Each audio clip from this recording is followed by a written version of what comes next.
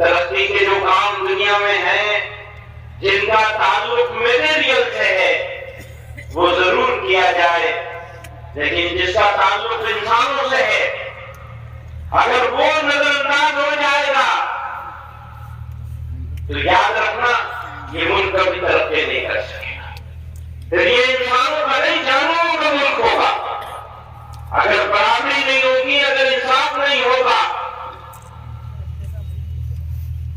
اگر انسانوں کے بیچ میں مذہب کی بنیاد پر، ذات پات کی بنیاد پر تفریق ہوگی، اگر لوگوں کو ذلیل کیا جائے گا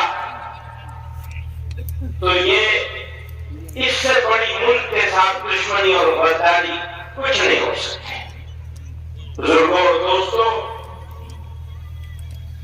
میں یہ کہنا چاہتا ہوں، ہمارے بیچ میں انگارہ شاہ صاحب موجود ہیں. یاد رکھنا یہ جو وقت ہے نا یہ بدلتا ہے، ایک جیسا نہیں رہتا. آج اگر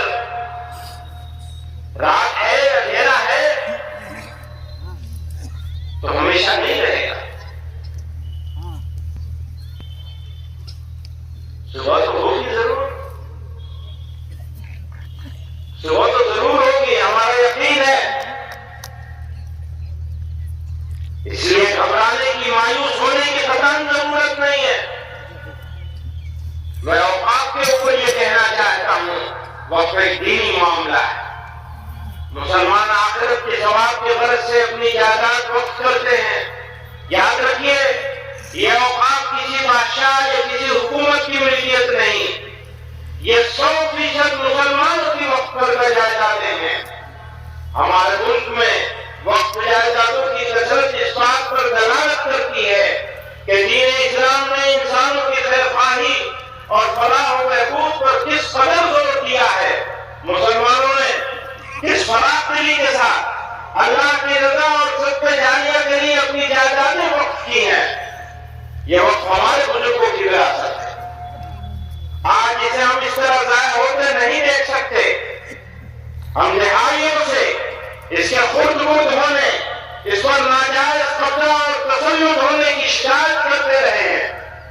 جمیعت علماء نے حکومتوں سے بارہا مطالبہ کیا ہے کہ وقف جائیدادوں کا انتظام و انتظام STPC کے طرف سے کیا جائے، لیکن حکومتوں نے کوئی توجہ نہیں دی اور وقت کی بدحالی کا تماشا دیکھتے رہے.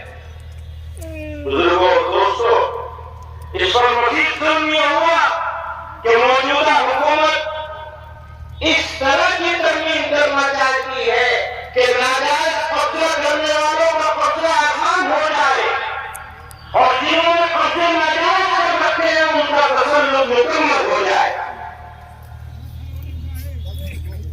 بزرگوں اور دوستوں، یہ جو پروپیگنڈا کیا جا رہا ہے نا کہ جہاں پہ انگلی رکھیں گے وہ ہو جائے گی، یہ جھوٹا پروپیگنڈا ہے. اپنی ہی جائیدادیں ان کے اپنے وزیر نے اسی مرتبہ کے سیشن میں یہ بات کہی ہے کہ اتنی جائیدادیں اوقاف کی جو ہے وہ لوگوں نے قبضے کر رکھے. اگر ہاتھ رکھنے سے وہ جائیداد مل جاتی ہوگی تو خود اوقاف کی جائیدادوں پر اتنے سارے لوگوں کے قبضے کیسے ہوتے. وہ جو میں نے شعر پڑھا تھا نا کہ شرارت خود کرے ہے اور ہمیں تہمت لگاتے ہیں، وہ تو بھائی قبضے تم نے کروا رکھے ہیں اور وقت بتا کیسے؟ حکومتیں بناتی. ہم کہتے ہیں مسلمانوں کے ہاتھ میں ہونا چاہیے وقت کا بنایا جانا. آپ نے جو موجودہ قانون ہے اس کے حساب سے آپ نے ان جائیدادوں کا انتظام کرنے کے لیے جو صوبائی اوقات بنائے ہیں جتنے اور سینٹرل وقف کونسل بھی، وہ سب حکومتیں بناتی. حکومتوں کے بنائے ہوئے اوقات کے ساتھ اور اتنی جائیدادیں آپ کو وزیر مان رہا ہے کہ اتنی جائیدادوں کا قبضہ ہے. میرے بھائیوں بزرگوں، مسلمان کو کیا کرنا چاہیے؟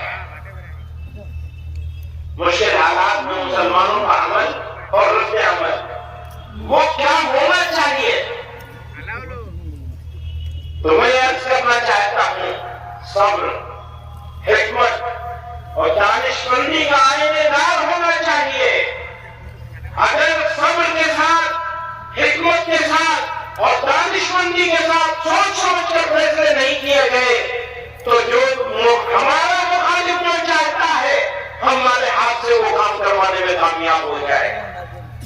وقت کا تقاضا ہے کہ مسلمان اپنی بصیرت اور دور اندیشی کا مظاہرہ کرے، مثبت اور متبادل اقدامات کے ذریعے معاشرتی تعمیر و ترقی میں اپنا کردار مزید مضبوط کرے، تعلیم کے فروغ، معاشی اتفاقت، سماجی بہبود پر خصوصی توجہ مرکوز کرتے ہوئے ہمیں اپنی کمیونٹی کو اس قابل بنانا ہے کہ ہر چیلنج کا سامنا حکمت اور استقامت سے کیا جا سکے۔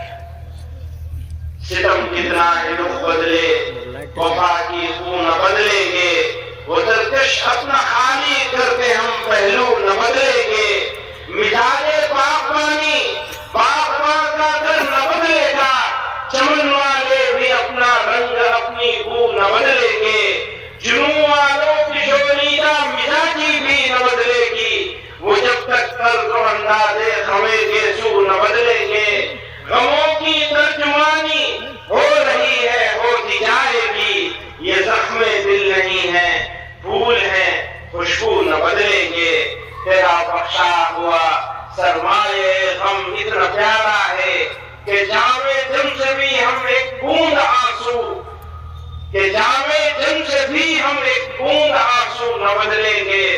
میرے دوستو، مزاج دعوتی بنانا ہے۔ پروردگار عالم نے ہمیں زمین پر پیدا فرمایا اور ہمارے لیے اس سرزمین کو میدان عمل بنا دیا۔ یہ افسوس اور دکھ کی نہیں بلکہ خوشی، مسرت اور شکر گزاری کا موقع ہے۔ ہمیں یہاں موقع ملا ہے اللہ اور اس کے رسول صلی اللہ علیہ وسلم کی اطاعت کے ذریعے اسلام کی حقانیت اور اسلام کی دعوت پہنچانے کا۔ ضرورت اس بات کی ہے کہ مزاج دعوتی ہو، عداوتی نہ ہو۔ آج دیکھنے میں آیا ہے کہ کچھ لوگ، کچھ جماعتیں، کچھ تنظیمیں اور ہمارے برادرانہ وطن میں بھی تھوڑے پولیٹیکل فائدے کے لیے لوگ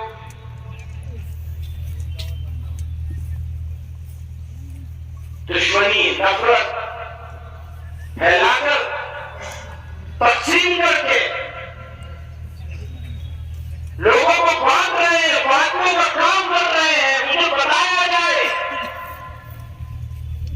کہ اگر اس ملک میں بسنے والے لوگ پڑھیں گے، بانٹے جائیں گے تو ملک کے ساتھ دوستی ہوگی یا دشمنی ہوگی۔ اس سے بڑی غداری کچھ ہو نہیں سکتی کہ ایک طبقے کو الگ کر دیا جائے، الگ تھلگ کر دیا جائے، محروم کرنے کی کوشش کری جائے، ذلیل اور رسوا کیا جائے۔ میرے بھائیوں، وقت کا تقاضا ہے کہ میں اپنی بات ختم کر لوں۔ ایک آخری بات کہہ کر کے اپنی بات ختم کر لوں گا۔ قرآن کریم میں اللہ تعالیٰ نے ارشاد فرمایا، فَاصْبِرْ كَمَا صَبَرَ أُولُو الْعَزْمِ مِنَ الرُّسُلِ۔ سورہ احزاب میں اللہ تعالیٰ ارشاد فرماتے ہیں کہ صبر کرو جیسا کہ اولو العزم رسولوں نے صبر و استقامت سے کام لیا اور خدا پر بھروسہ کرو۔ اسی طرح سورہ احزاب ہی میں کہ وہ سورہ احقاف میں تھا، یہ سورہ احزاب میں ہے، وَدَعْنَاهُمْ وَتَوَكَّلْ عَلَى اللَّهِ، اور ان کی ایذا رسانی کو نظر انداز کرو۔ ہاں، تکلیف ہم کو ہوگی، تکلیف میں ہم آواز بھی اٹھائیں گے، لیکن فیصلہ پروردگار کے ہاتھ میں رہے گا۔ ہم صبر کریں گے استقامت کے ساتھ، ان کی ایذا رسانی کو نظر انداز کریں گے اور خدا پر بھروسہ کریں گے۔ جب ہمارا مزاج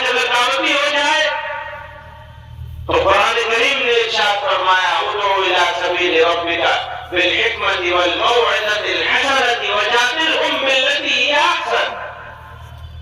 اپنے رب کے راستے کی طرف حکمت اور اچھی نصیحت کے ساتھ بلاؤ اور ان سے اس طریقے سے بحث کرو جو سب سے اچھا ہو، سب سے بہتر.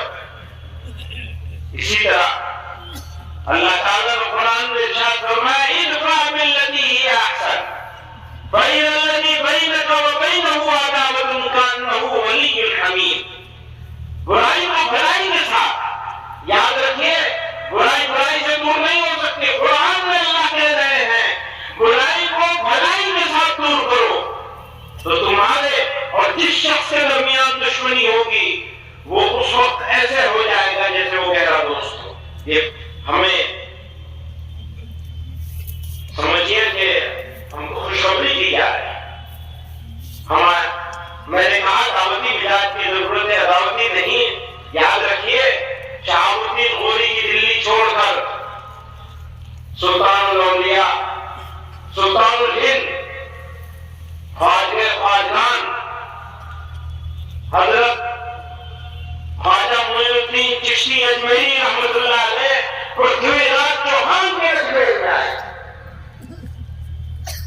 غوری کی دلی چھوڑی اور پرتھوی راج چوہان کے اجمیر میں پہنچے. لوگ کہتے ہیں ایسا کر دیا ہوتا تو آج ہم آرام سے ہوتے، اگر ویسا کر دیا ہوتا تو ہم آرام سے ہوتے، ہم چلے گئے ہوتے، ان کی بات مان لی ہوتی.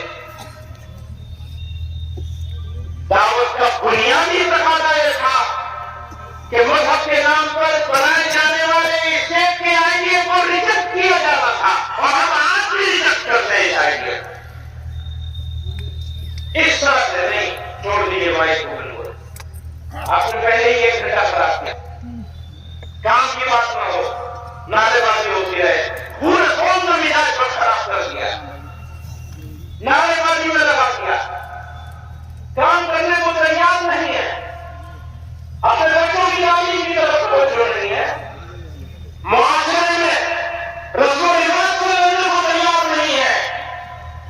من مرضی چلے گی مسلمانوں کی. مسلمانوں اگر تمہاری من مرضی چلے گی تو پھر تمہارے اوپر شیطان کی حکومت چلے گی. جب اللہ کی حکومت نہیں چل سکتی، جب رسول اللہ کی حکومت نہیں چل سکتی صلی اللہ علیہ وسلم، بھیا ضرور تو پڑھ لو کم سے کم. ان کی حکومت نہیں چلتی تو کس کی چلے گی؟ کس کی حکومت چلے گی؟ اگر ان کی نہیں چلے گی تو کس کی چلے گی؟ شیطان کی چلے گی، ظالم کی چلے گی. اگر ظالم کی حکومت ہمارے اوپر چلے گی تو پھر تو ہو گیا. کون سا اسلام ہے؟ کس مسلمان کی بات کرتے ہو؟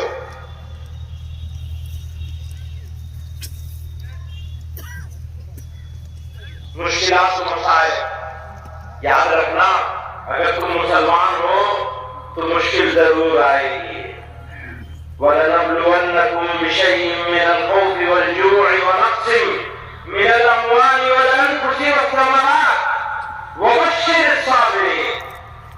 فرماتے اور ہم تمہاری آزمائش کرتے رہیں گے، کچھ خوف سے، کچھ بھوک سے اور جان و مال اور گھروں کے نقصان سے، یعنی تمہارا حکم اٹھایا جائے گا. تیار ہو اس کے لیے؟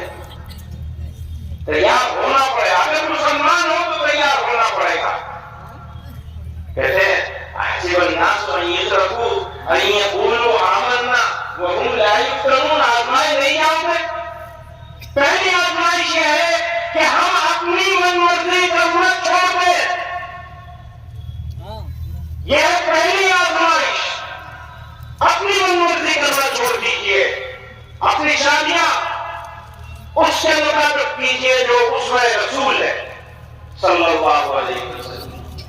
آپ کی شادیاں، آپ کے بچے، آپ کے گھر، آپ کے معاملات، آپ کا پڑوس، اگر وہ ٹھیک ہے تو سب ٹھیک، وہ نہیں ٹھیک تو کچھ نہیں ٹھیک.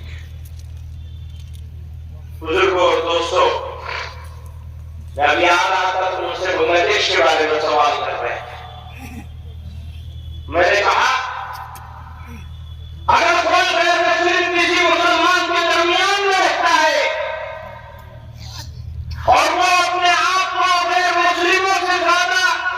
مسلموں کے علاقے میں رہنے والے غیر مسلموں سے زیادہ محفوظ نہیں سمجھتا، باعزت نہیں سمجھتا، تو یہ مسلمان کے لیے افسوس، دکھ اور صدمے کا مقام ہے۔ یہ مسلمان کے اوپر سوال ہے۔ اور اقلیتیں اس پورے خطے میں رہنے والی کسی ملک کی اقلیتیں ہو، اگر اقلیتیں چاہے یہاں ہو اور چاہے وہاں ہو، اپنے آپ کو غیر محفوظ سمجھتے ہیں، اگر ان کو ایسا لگتا ہے کہ ان کو عزت اور سمان نہیں مل رہا ہے، تو یاد رکھنا وہ ملک مہذب کہلائے جانے کے قابل نہیں ہے، چاہے ہمارا ملک ہو اور چاہے پڑوس کا ملک ہو، چاہے بنگلہ دیش ہو، چاہے پاکستان ہو، چاہے افغانستان ہو، کوئی ملک ہو، اقلیتیں باعزت ہونی چاہیے، سمان ہونا چاہیے مائنورٹیز کا۔ اس پورے خطے میں آج ہم نے یہ خواب سجایا ہے کہ یہ خطہ برِ زمین اگلے 100 سالوں میں دنیا کو لیڈ کرے گا۔ امریکہ کے ہاتھ میں نہیں رہے گی اختیارات انشاءاللہ، لیکن بھائی ہمارے ملک کیسے ہوگا؟ ہمارے ملک نہیں ہوگا، ہمیں لینا پڑے گا تم کو، ہمیں سمان دینا پڑے گا، ہمیں موقع دینا پڑے گا، برابر کی اپرچونٹی دینی پڑے گی، تو اپنی صدی ہماری ہو۔